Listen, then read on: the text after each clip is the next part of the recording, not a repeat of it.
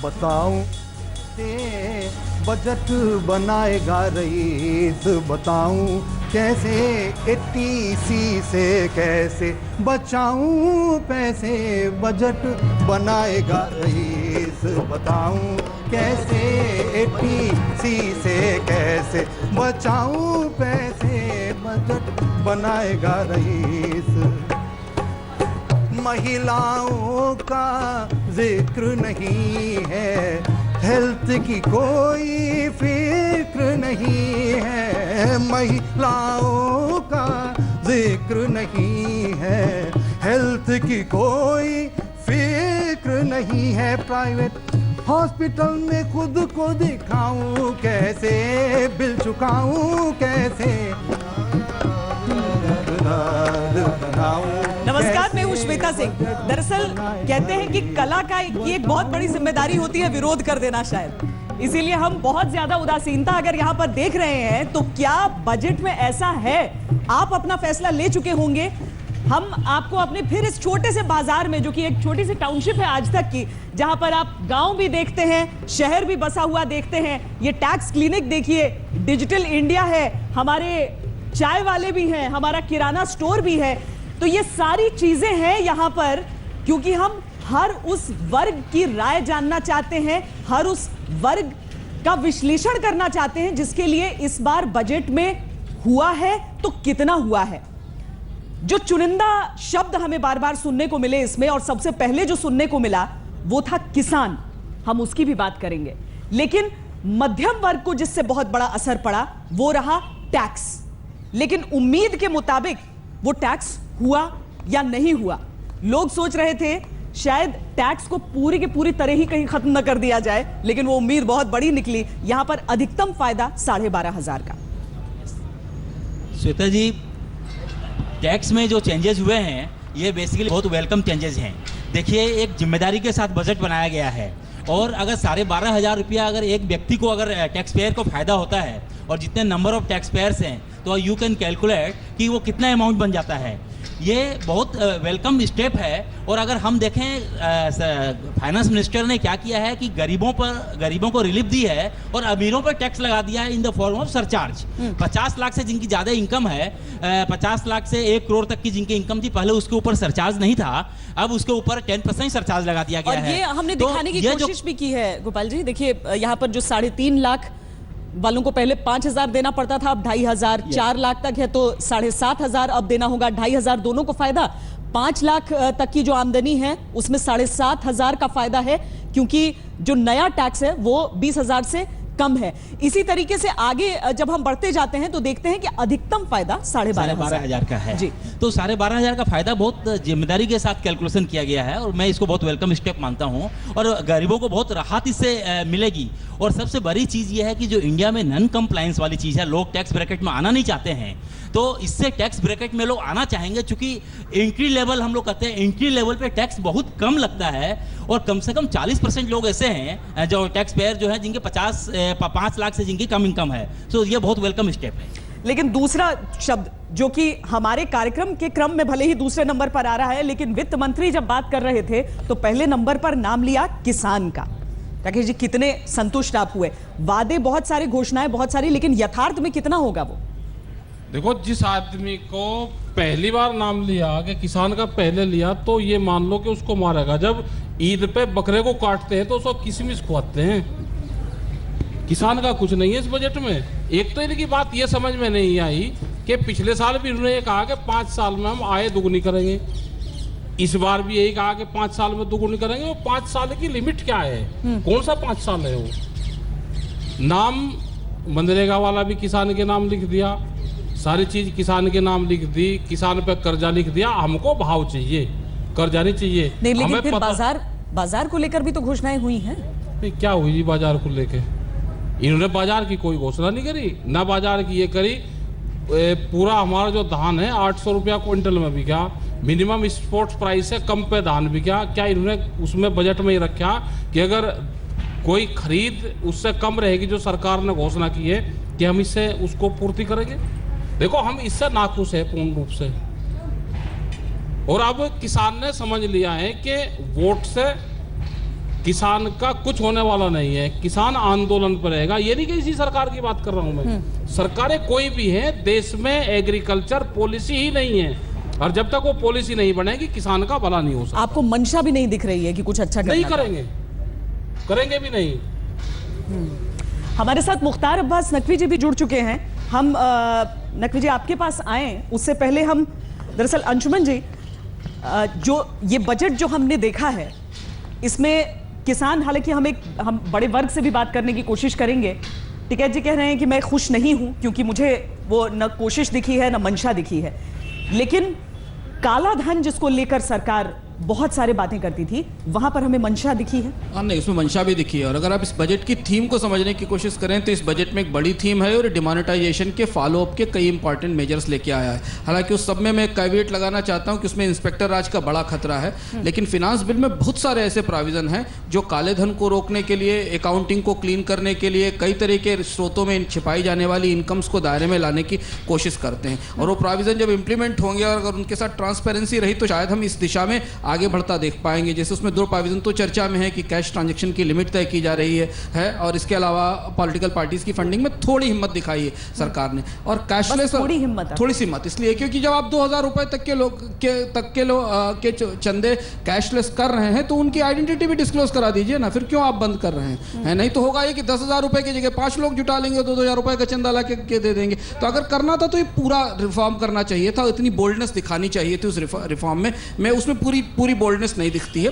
लेकिन cash expenditure, cash transaction की limit तय करना एक बड़ा रिफॉर्म है, वह है। इसके अलावा भी कारोबारी स्तर पर भी कैश का इस्तेमाल कम करने के कई सारे इनकम टैक्स प्रोविजन है जो महत्वपूर्ण है, और डिजिटल ट्रांजैक्शंस को बढ़ाने के लिए, डिजिटल पेमेंट्स के लिए प्रोविजन है। तो इस हिसाब से अगर आप एक सबसे बड़ा इवेंट देखें जो इसके पहले हुआ था वो नोटबंदी थी। नोटबंदी की फॉलो अप की कोशिश करता हुआ ये बजट नजर आता है, और शायद इसमें काफ़ी बड़ा हिस्सा बजट का चला गया, इसलिए बाकी सारी चीज़ें उतने ढंग से एड्रेस नहीं हो पाई, जिसमें कि किसानों की समस्या, और स्वाभाविक रूप से किसानों को लेकर बजटों में चर्चा बहुत हुई है पर उतने ठोस उपाय और समाधान नहीं आते हैं। 10 में 8 के बराबर। 10 में 8 ज्यादा है। 10 में 8 ज्यादा है। 10 में 8 नहीं, 10 में 8 ज्यादा है ओवरऑल बजट के लिए। 10 में 5 है बजट अगर उस हिसाब से देखा जाए, पर ब्लैक मनी के कमिटमेंट के हिसाब से सरकार ने कुछ डिलीवर करने की कोशिश की है। मुख्तार अब्बास नकवी जी, आपने भी सुन लिया होगा कि जो राजनीतिक प्रतिक्रियाएं भी आ रही हैं वो क्या कह रही हैं। दरअसल किसान के मुद्दे से शुरुआत तो की गई और बहुत सारी घोषणाएं न सिर्फ किसानों के लिए बल्कि ग्रामीण इलाकों के लिए भी किए गए। जो आवाजें उसके बाद से कम एक प्रतिक्रिया के तौर पर आई हैं वो बहुत ज्यादा संतुष्ट नहीं दिख रही हैं।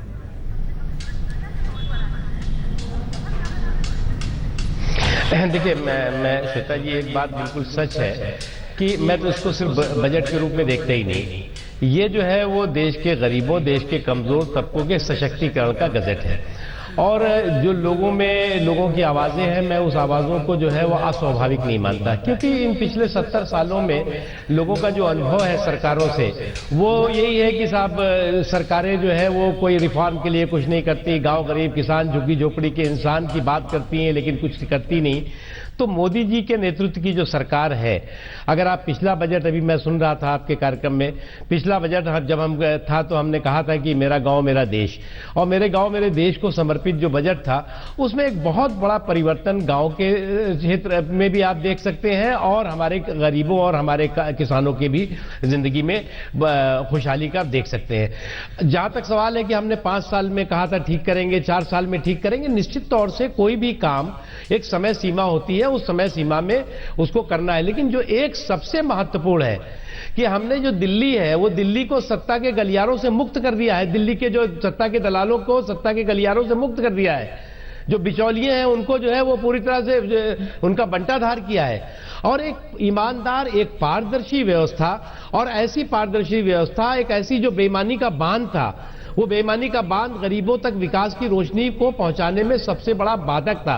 तो विकास की अविरल धारा गरीबों तक, कमजोर तबकों तक, पिछड़ों तक, किसानों तक, मजदूरों तक, नौजवानों तक, महिलाओं तक उनके सशक्तिकरण में पहुंच सके, उसमें किसी तरह की बाधा न हो, इस धारा में एक अवरोध, एक आपको असर दिखाई पड़ रहा है। जी, इस धारा में एक अवरोध है जिसके तरफ हम आपका ध्यान भी खींचेंगे, आपकी राय भी जानना चाहेंगे, क्योंकि अभी अंशुमन जी आपने जो बात कही थी, मैं चाहूंगी कि आप अगर उनसे सवाल पूछना चाहें। नकवी जी, मुझे एक चीज आश्चर्य लगी कि अगर सरकार अगर कमिटमेंट दिखा रही थी पॉलिटिकल फंडिंग को ट्रांसपेरेंट करने के लिए, तो उसे पूरी तरह से क्यों नहीं किया गया? 2000 रुपए तक की सीमा क्यों रखी गई? और फिर यह भी किया जा सकता था कि 2000 रुपए तक के चंदे वालों की भी आइडेंटिटी सामने आ जाती, ताकि पूरा कमिटमेंट होता। ये जो इंक्रीमेंटलिज्म है ना, टुकड़ों में काम करने की, ये इससे थोड़ा सा लोगों को कमिटमेंट के प्रति डाउट होता है। नहीं अंशुमान जी, पहली बात तो ये कि आपका प्रश्न जो है, जो पॉलिटिकल रिफॉर्म, इलेक्टोरल रिफॉर्म, एक इसकी बहुत बड़ी ज़रूरत है। इस बात को आप भी जानते हैं। हम दुनिया के सबसे बड़े डेमोक्रेसी हैं, लेकिन सबसे ऐसी डेमोक्रेसी है जिसका कि चुनाव का सिस्टम, जिसका कि राजनीतिक सिस्टम जो है वो कहीं ना कहीं पारदर्शिता और सफाई से जो है वो कोसों दूर था। अगर सरकार ने शुरुआत की है तो आप यकीन रखिए कि अभी जो है वो 2000 तक अगर सीमित किया है तो आने वाले दिनों में और भी प्रावधान होंगे। अभी तो ये शुरुआत है, सितारों के आगे जहां और भी है, अभी वक्त के इम्तिहान और भी, अभी और भी चीजें आपको दिखाई पड़ेंगी।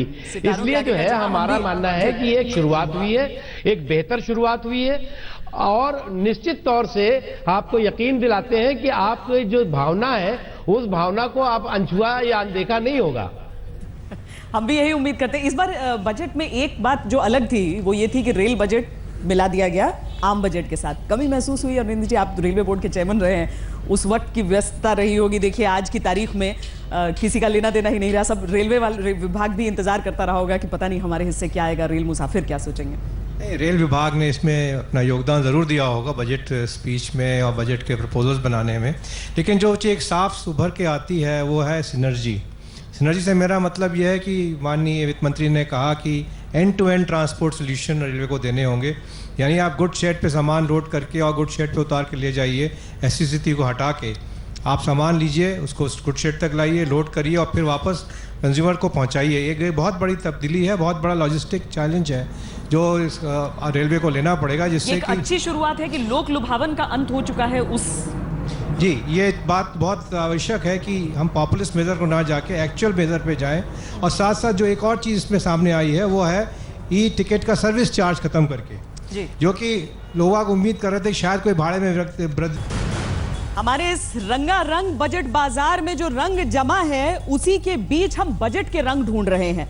और जिस जलेबी का जिक्र किया था वो छन कर आ चुकी है मेरे हाथ में। सुनील अलग जी, ये गोल गोल ऐसी बातें हुई हैं या मिठास है बजट में? नहीं, देखिए, एक सेकंड, जब मैंने रेटिंग की थी आज सुबह बजट के बाद, तो मैंने कहा था कि 8 आउट ऑफ 10 है। उससे ज्यादा भी मैं देता, क्योंकि उन्होंने तो सबका विकास दिखाई दिया है। वो क्या उन्होंने भी कुछ गाने में, और जब मिस्टर जेटली ने भी कुछ कहा था कि बहुत सारी कविताएं पढ़ी हैं। हाँ, बहुत। एक में था कि मैं बदलेगा रुपए का धन का रंग। अब इतना है कि सब रह जाएंगे दंग। वही मैं कह रहा हूँ with what has happened with the budget. तो ये सिर्फ 2 खामियां रह गई हैं, 2 पॉइंट्स जो उन्होंने, आपने कहा कि भाई साहब ही कॉन्ट्रडिक्टेड हिमसेल्फ इन सेइंग कि भैया मैं अब रिवॉर्ड करूंगा जो ऑनेस्ट टैक्स पेयर है। तो वो जो कह रहे हैं 12 साढ़े 12 हज़ार तो दे दिया, 1000 रुपए महीने हो गए। अब अगर आपका इनकम 50 लाख से ज्यादा है तो आप 4000 महीने ज्यादा देंगे। तो अब जो ऑनेस्ट पेयर है वो कहेगा मैं 49 लाख का क्यों नहीं कर लेता हूं ताकि मुझे 12,500 का मिल जाएगा। तो और नंबर्स जो उन्होंने दिखाए 60-70 हजार रुपए दे रहे हैं, 1 करोड़ से ज्यादा 70 लोग, तो उनको भी अगर कुछ दे देते, कुछ इंपैक्ट नहीं होने वाला था बजट पे। अब छोड़ के और फिर फर्दर टैक्स लगा दिया है for 50 lakhs to 1 crore। That is where I think it's negative. और देखिए इंटरनेशनल वर्ल्ड में अब उन्होंने इसके जरिए ये छवि भी जो कोशिश थी, नहीं, कॉर्पोरेट टैक्स का भी मैं I am pointing out 2 errors he's made। और कॉर्पोरेट टैक्स को उन्होंने बिल्कुल टच नहीं किया है। देखिए America is going to reduce, Trump के कह रहे हैं 30, उनका भी 35% है। He's going to bring it back to 20%। वही चीज कह रही हूँ कि अगर एक ये कोशिश सरकार की, हम एक तरह से पार्टी की कहें कि चुनावी वक्त में कि आपको कॉर्पोरेट फ्रेंडली या फिर सूट बूट की सरकार अगर कहा जाता था, कहीं उस पाप को, उस कलंक को धोने की कोशिश तो नहीं छिपी है? नहीं, इनफैक्ट अभी तो यही मौका था कि अगर वो सारे फार्मर्स के लिए भी कर रहे हैं, वो मेरे ख्याल 3 लाख करोड़ उनके लोन्स के लिए उन्होंने रखा हुआ है, तो सबके लिए कर रहे थे। अगर कॉर्पोरेट के लिए भी कर देते कोई अक्यूज नहीं करती है, अपॉर्चुनिटी मिस हो गई है। हाँ। अब अगले साल अगर कुछ कॉर्पोरेट के लिए करेंगे as a reaction to the world, Sri Lanka का टैक्स कम है, बांग्लादेश का टैक्स कम है, अगर आप अट्रैक्ट कर रहे हो इन्वेस्टमेंट को अमेरिका से भी और आप अपना 35% ही रख रहे हो तो नहीं चलेगा। तो बाकी सब 8 out of 10 I think he scored on every point, other than I would have given it close to 9। नहीं, लेकिन श्वेता कुछ जी, चीजें जी मैं थोड़ा सा करेक्शन करना चाहूंगा। कॉर्पोरेट को उन्होंने बहुत दिया है, एसएमईज को दिया है, इसलिए I am giving it a lot of जिनका क्रेडिट। टर्नओवर कम 50 लाख से 50 करोड़ से जिनका कम है, द लार्ज कॉर्पोरेशंस वही तो फैक्ट्रीज 96% उस कैटेगरी में आते लार्ज हैं। Corporations are the companies that set up factories, वही जॉब्स देते हैं, छोटे वाले नहीं देते हैं। तो उनके लिए करना था, उन्होंने किया, इसमें I am rating it 8 out of 10।